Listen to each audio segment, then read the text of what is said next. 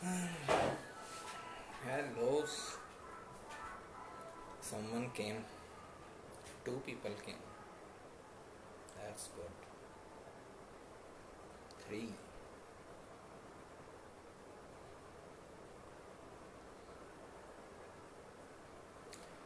Okay, so we have some audience.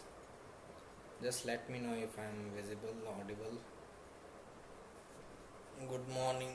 Good morning. So, great. Thank you. We are starting a new series of videos, we can say, about nakshatras, and today we will talk about the first nakshatra, Ashwini.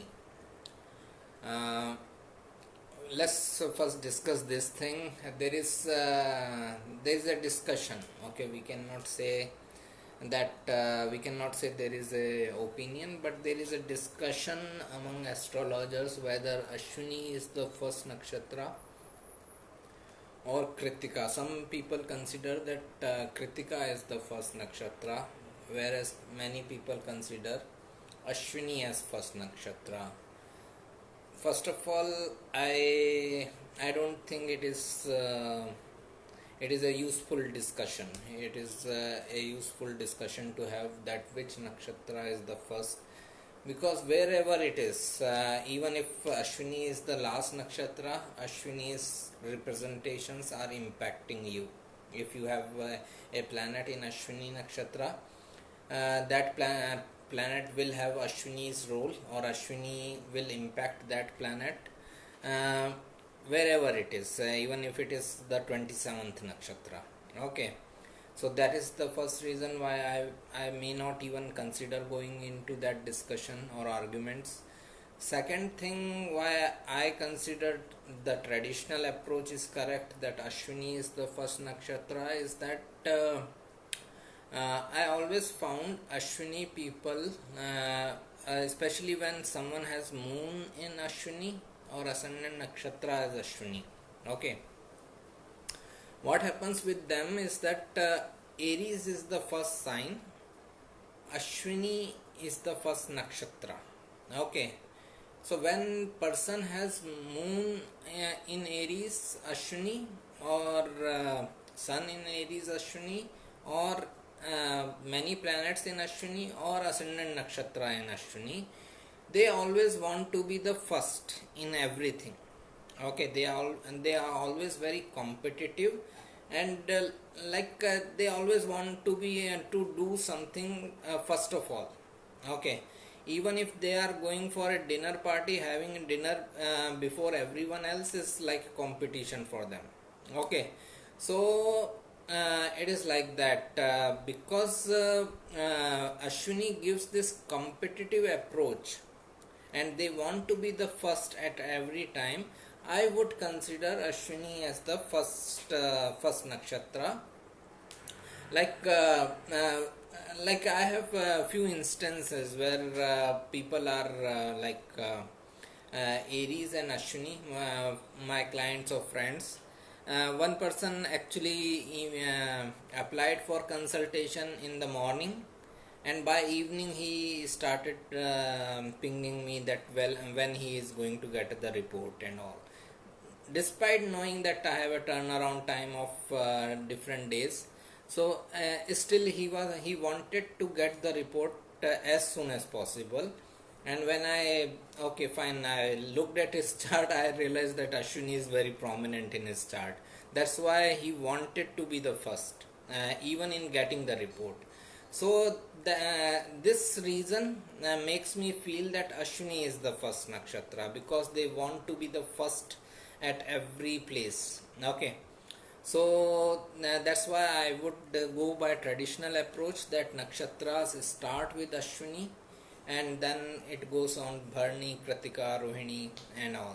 Okay, uh, now Ashwini, if as I said in the last session, there are few ways by which we can get get to know a nakshatra. First of all, Ashwini is the first nakshatra, so it falls from 0 degree Aries to 13-20 degrees Aries. Aries is the first sign, Ashwini is the first nakshatra. Now the name itself, Ashwini, the word Ashwa means horse. Okay, so we get an indication it has to do something with the horses, or it can be like if we take a broader approach, which we always should be taking in astrology, then it can be related somewhere with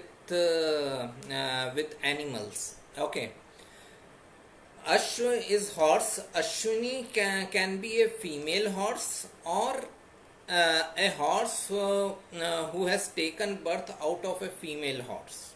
Okay, so Ashwini represents a female horse, mare, or a horse who has taken birth out of a female horse. Okay, then its representation is also the picture of horse gods. The metaphysical healers, they are known as Ashwini Kumars. Okay, they represent Ashwini Kumars are represented by a man who has the head of a horse. They are known as horse gods in mythology. Okay, so horse head or twin horses are representation of Ashwini.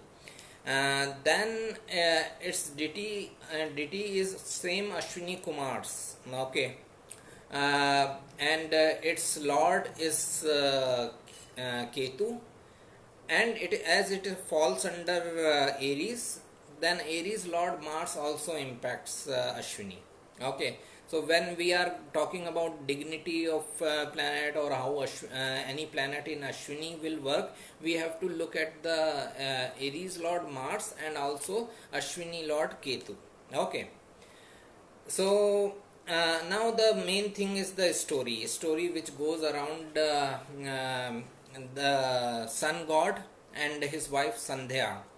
As Sandhya was very much afraid or irritated by the heat and fire of the sun, and she felt that she will be burnt out. She left her clone image with the sun, Chaya, mirror image, and she ran away from sun. After some time, sun god realized that it is not his real wife, it is just a clone image of his wife, and he tried to find out where his wife has gone. To hide herself, Sandhya converted herself into a mare, female horse. Sun realized that she has converted herself into a female horse. He took incarnation of male horse, and they made love with each other, and the children born were, that's why the children born were the horse gods, the Ashwini Kumars.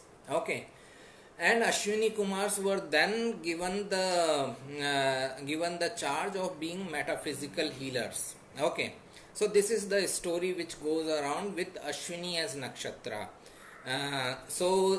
Now from this story or the representations which we talked about, we can understand many things about this nakshatra. First of all, as I said, it is the first sign, first nakshatra. They are very competitive. They want to be first at every place.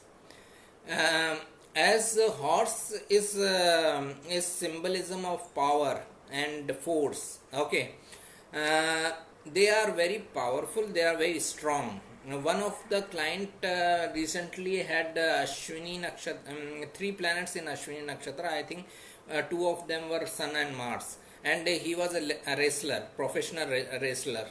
Okay, WWE wrestler. So that is the thing. They are very powerful when Ashwini has planets there. Okay, strong planets like Sun and Mars will be strong. But if someone has Saturn in Ashwini, then it is debilitated, right, in Aries. So that person may not be that strong. But if someone has other planets like Sun, Mars, which gets better dignity in Aries and Ashwini, then the person can be very strong. So, because of the representation of horses, this nakshatra symbolizes the strength, physical strength of someone. Then sun gets exalted here. So, having sun in Aries can be very beneficial. Okay, they are very active. It may be very difficult for them to sit idle, and they are always doing something. Okay, they are always doing, or at least planning to do the next thing. It is kind of that kind of thing. But then if we look at the negative significances of this nakshatra, the story goes around that Sandhya left her clone image with the sun, and sun was under illusion over his wife. Okay, so this nakshatra, as it is all because it is also ruled by Ketu, which represents illusion, the node. This nakshatra has significance of illusion also. Okay, it is like if someone has relationship oriented planets in Ashwini nakshatra, there is a possibility that that person can have an illusion around his relationship. Okay, he can be in relationship and his partner may be cheating with him, or some lies would have been spoken in relationship matters. It can be there. Okay, so illusion is an important part of this nakshatra because of the mythological story involved, where Sandhya left the company of sun after leaving her clone image without telling the sun. Okay, so infidelity can be part, cheating in relationship can be a part of this nakshatra. Then, as Ashwini Kumars got the job of being metaphysical healers, uh, mostly these people who have prominent Ashwini, like many planets in Ashwini, or sun or moon in Ashwini, ascendant in Ashwini nakshatra, ascendant lord in Ashwini nakshatra, they become healers, either medical or spiritual, or any kind of healers, counselor, guides. Okay, they can be healing people either through medical ways, medicines, and if they go into medicine, they can be a veterinary doctor. Okay, because